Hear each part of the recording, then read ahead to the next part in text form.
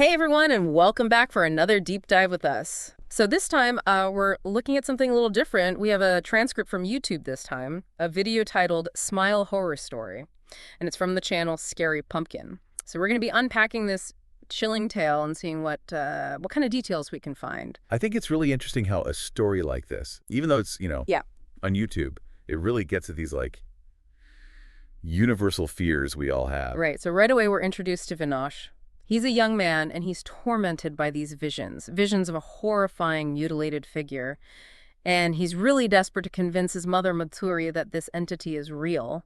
Just imagine that feeling for a second. You're experiencing something terrifying, Yeah. and you can't make anyone else understand. I mean, it's a common theme for people who've dealt with mental health challenges, even if it's not as extreme as what we see in this story. Absolutely. And the way Madhuri responds, I think, is really interesting, too. She's clearly a loving mother who wants to help her son. But she's torn between what she believes and what she thinks is reasonable. She tries everything. She consults a pandit. She gets him a protective thread. And the story even hints that she might be seeking medical advice, too. It's a tough situation for a lot of families when you have these traditional beliefs, and then you have modern medicine, trying to make sense of it all, You said it. especially when it comes to the mind. Right. And for those listening, think about this. How often do our own cultural beliefs about mental health really affect the way we see and treat people who are struggling? This story kind of brings that up without giving us easy answers. Yeah, it really makes you think. So then things take a really tragic turn. Vinash's younger sister, Rinki, she sees him standing on the balcony ledge, and he has this disturbing smile on his face. And before she can even process what's happening, he jumps. That moment is so important because it shows us how mental illness, it doesn't just affect the person going through it, but everyone around them. Rinki's trauma from seeing her brother die, it's portrayed so realistically, that long-lasting psychological impact of something so horrible. Yeah, for sure. So how does the story deal with the aftermath of Vinash's death? Well, Madhuri, she really believes that there were supernatural forces at work. But her husband insists that Vinash was struggling with mental illness. That clash of perspectives. It's something a lot of families have to deal with, right? Oh, absolutely. Yeah. The story doesn't choose a side, though. It just shows us the grief and the unanswered questions that come with a loss like that. It reminds us that there's no one right way to understand mental illness or to cope with it. And the people left behind, they often have to deal with all these conflicting feelings and beliefs. It's powerful stuff. So years later, we find out that Rinki has become a psychiatrist. She specializes in critical patients. It's like she's driven to understand the very thing that took her brother away, almost like she's searching for answers to the questions that have haunted her since she was a kid. That's a fascinating connection the story makes between personal trauma and professional choices. Rinki dedicates herself to these patients, especially ones who are in critical condition. And it really suggests this deep empathy that comes from her own loss. It makes you wonder how many of us end up in our professions because of something we've lived through, trying to understand the world better through our work. Absolutely. And then a new patient arrives in Rinki's ward, Anuj. He is extremely agitated, and he's totally convinced he's going to die. And not just from any cause, he believes that some unseen force is controlling death itself. Yeah. And that it's going to get him. Wow, that sounds a lot like what Vyund believed earlier. Anuj's conviction that death isn't random, but orchestrated by something else. That mirrors Vinash's fear of that malevolent figure. This is where the story gets really unsettling. It blurs the lines between mental illness and the possibility of something supernatural. Yeah, it does. Anuj's outbursts, they're violent. He even thinks everyone around him is in danger. But Rinki decides to take a different approach. She steps outside the usual doctor-patient dynamic and tries to connect with Anuj on a human level. She wants to understand the root of his terror. That's a really important choice. Yeah. It shows us that human connection. It's so important when it comes to mental health. It's not just about medication or therapy. It's about really seeing and hearing the person's fears. I agree. But then in this moment of chilling calm, Anuj smashes a glass. He grabs a shard, and he cuts his own throat, all while wearing this haunting smile. And the story doesn't hold back on the details. He actually further mutilates his own face. And the entire time, he's fixated on Rinki. That scene is definitely graphic. Oh, yeah. But think about why the storyteller chose to include such disturbing imagery. It forces us to confront the horrifying reality of Anuj's mental state. It really shows us how deep his torment goes. Yeah, it's really effective. It also creates this undeniable parallel to Vinash's death, Both young men, both claiming to be haunted, both dying by their own hand, and both with that terrifying smile. It's chilling. It makes you wonder if there's something more sinister connecting these events. That's what makes this story so brilliant. It really is. It blends psychological horror with supernatural elements so seamlessly, we're left questioning, are these events just mental illness? Or is there something darker? Something beyond what we can understand? It's a question that sticks with you as the story unfolds. For sure. And just when you think it can't get any more unsettling, Rinky finds this mysterious envelope. It has photos in it, pictures of Anuj, Vinash, and herself, all with mutilated faces and those chilling smiles. Talk about a cliffhanger. Oh, man. From a storytelling perspective, what do you make of this? The way those photos are introduced, it's masterful. They suggest this connection between these individuals. That goes way beyond coincidence. It makes you doubt everything. It makes you think that maybe there's this larger, unseen force at work, controlling everything. But the story doesn't confirm or deny it. It leaves it up to the listener to decide. It's like the story is playing with our primal fear of the unknown. Those photos, they're like a physical manifestation of the question the story's been hinting at all along. Is there something beyond our comprehension influencing these events? Exactly. It's scary stuff. The story ends with Rinky catching a glimpse of something in the reflection of her fridge door, and she senses someone behind her. But we're left with no answers. Just a lingering sense. Long after you've finished listening, your mind just can't help but try to fill in the blanks. And it conjures up all sorts of terrifying possibilities. That's the power of a well-crafted horror story. Yeah. It leaves you with more questions than answers. Makes you face your own fears and beliefs. This deep dive has been quite a ride so far. We've gone from a YouTube horror story to a discussion about mental health, the supernatural, and the nature of fear itself. It's incredible how a story like this, even though it's short, can spark such deep questions and unsettling thoughts. So what can we take away from this terrifying tale? And what awaits Rinky?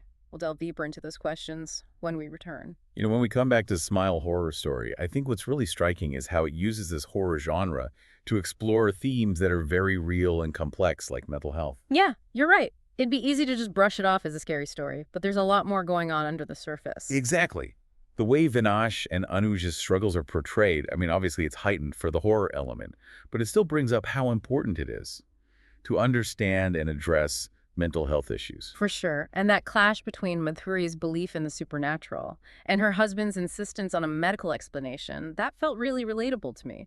A lot of families face those same challenges when they're trying to understand mental illness. It's definitely a tension that runs through the whole story.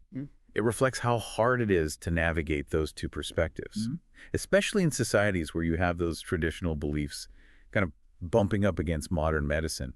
And the story doesn't give us easy answers either. It just presents that raw emotion, the grief, the unanswered questions, all the stuff that sticks around after a tragedy. Yeah, it does. And it reminds us that it's so important to seek help and support, both for people dealing with mental health challenges and for their loved ones. Sometimes horror stories can do that. They shine a light on those dark places that we might try to avoid otherwise. Absolutely.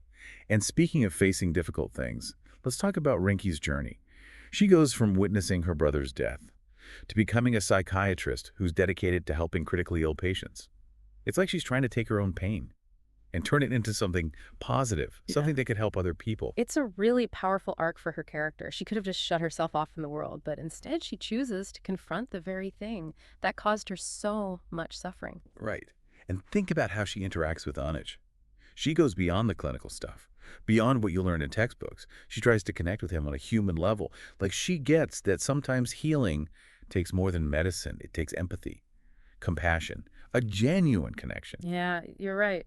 It's a shame, though, that even with all her expertise and compassion, she ends up with even more questions than answers. Those photos, man, they suggest a link between her, Vinash, and Anuj that goes way beyond anything rational. And that's where the story takes us right to the edge of the unknown. Suddenly, those hints of the supernatural, they get louder, harder to ignore. Makes you wonder, what if what we think is mental illness is actually something much more sinister? That's a scary thought. And the story leaves us to grapple with it. It's like a challenge to the listener. How far are you willing to go to find the truth, even if it means facing something terrifying? That ending, with Rinky sensing something in the reflection of her fridge door, it's pure nightmare fuel, a masterclass in suspense. Leaves us hanging on the edge of the unknown. We don't know if it's just her trauma messing with her, or if something truly evil is closing in. And that's what makes this story so effective. It doesn't give us easy answers or tie up all the loose ends. It leaves us with these questions that linger. It forces us to confront our own anxieties about the nature of reality and what might be out there beyond our understanding. At its core, Smile Horror Story is this psychological exploration of the line between sanity and madness. But it's also a powerful allegory for the stigma surrounding mental illness. I see what you mean, Vinash and Anuja's experiences. The fear, isolation, the fact that other people just can't understand what they're going through. It reflects the challenges that real people with mental health conditions face. Exactly. The story challenges us to look beyond the surface, to question our assumptions, and to approach people who are struggling with compassion and understanding. That message resonates even in a horror story. And we can't forget about how skillfully they use imagery and suspense. Those chilling smiles, the graphic descriptions of self-harm, those haunting photos, they all work together to create this sense of dread that stays with you. It's a testament to the power of storytelling. Even a short YouTube video can evoke such strong emotions and make us ask these profound questions. So what can we take away from this deep dive into Smile Horror Story? Well, first of all, it's a reminder that mental health awareness is so important, and we need to fight against the stigma. It's a call for empathy and a deeper understanding of the challenges people face. Right. And second, the story makes us think about the power of fear and belief. Is there more to the world than we see? What's out there beyond our perception? These questions stay with us long after the story's over. It's like we're being invited to confront the unknown, both within ourselves and in the world around us. And on that note, let's move on to our final thoughts about Smile Horror Story and what it all means for you, the listener. You know what really gets me about this story? It's how it taps into our deepest fears. Those creepy smiles. The graphic descriptions of self-harm. It creates this gut reaction in us, like we're programmed to find it disturbing. Oh, absolutely. From an evolutionary perspective, you had to be able to recognize and react to things that were off or distorted. It was crucial for survival. Imagine our ancestors encountering someone acting erratically with a disturbing grin. Could be a sign of danger, a threat to their safety. Right. So even though we're watching a fictional story on YouTube, those primal instincts are still there. The eerie smiles, the violence directed at oneself, it triggers something deep inside us, like a warning sign, even if we don't consciously know why. And Smile Horror Story is so effective because it doesn't explain those unsettling elements. Our minds try to fill in the blanks, and that leads to even more disturbing possibilities. It plays on our need to find patterns and explanations, especially when we're dealing with the unknown. Which brings us back to that ambiguous ending. Rinky senses something, sees something in her fridge door, and then nothing. We're left hanging, wondering if it's all in her head, or if something truly evil is closing in. What do you think awaits Rinky? Well, thinking about the themes of the story, I don't think Rinky's journey is over. She has a choice to make. Ignore the creepy stuff, or dig deeper into the mystery and risk her own sanity. And like a metaphor for our own relationship with fear and the unknown. Do we avoid the things that scare us, or do we face them head on, even if it means confronting our darkest selves? Rinky's dilemma becomes our own. Exactly. And while Smile Horror Story is definitely a horror story, it goes beyond that. It becomes this reflection on fear and belief and the limits of what we can understand as humans. It asks us, what are we willing to believe, and how do we deal with things that we can't explain? This deep dive has been quite a trip. From a simple YouTube horror story, we've uncovered all these layers of meaning and explored some really deep questions about mental health, the supernatural, and our own relationship with fear. We've gone from traditional beliefs to modern medicine, from personal trauma to the stigma around mental illness. It's amazing how even a short story like this can have so much depth and spark such interesting conversations. Storytelling has this power to connect with us on so many levels, to make us feel things, challenge our perspectives. So, to our listeners, we leave you with this. What would you do if you were in their shoes? It makes us think about our own courage, our curiosity, and our willingness to face the unknown. Until next time, fellow deep divers, keep exploring, keep questioning, and maybe keep a light on your